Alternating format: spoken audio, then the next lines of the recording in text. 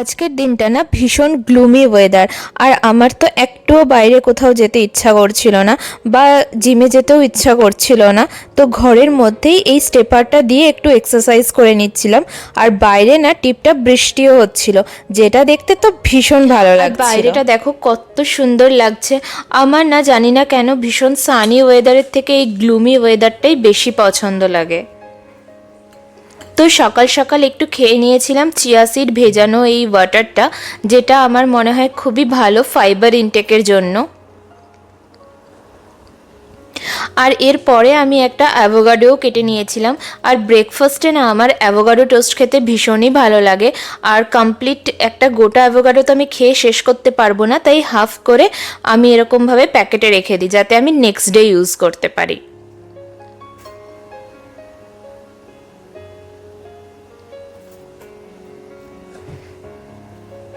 তো এর সাথে আমি দুটো ব্রেডও টোস্টারে বসিয়ে দিয়েছিলাম। আর আমি না অ্যাভোকাডোটা এই গুয়াকামলে মিক্স দিয়েই খাই, যেটা আমি সল্ট আর পেপার দিয়েও খেয়েছি, বাট আমার এটাই বেশি ভালো লেগেছে। আর অল্প করে একটু চিলি ফ্লেক্সও ওপর থেকে দিয়ে দেবো।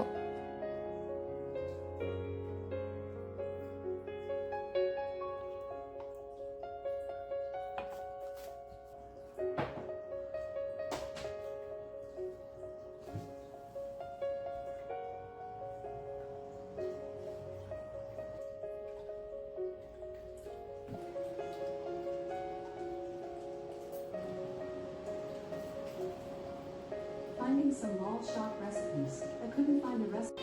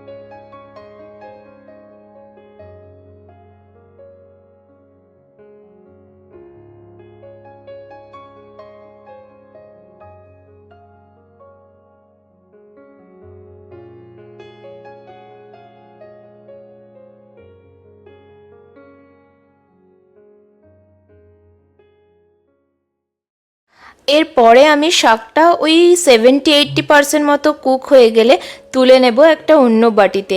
আর এই সেম প্যানের মধ্যে না একটু আবার করে তেল দিয়ে পোস্তটাকে ভালো করে ভেজে নেব আমি।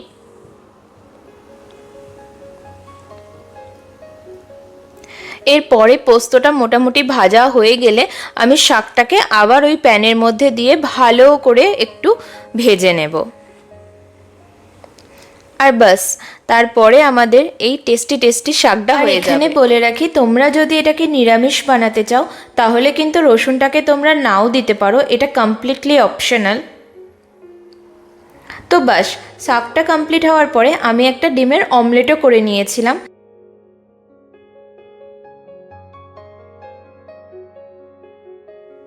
আর আমি তোমাদেরকে এটাও দেখাচ্ছিলাম যে বিকেল 5টা বাজছে, বাট দেখো রোদের কত তেজ, কারণ এখানে না মোটামুটি ওই 9:30 10টা করে সানসেট হয়।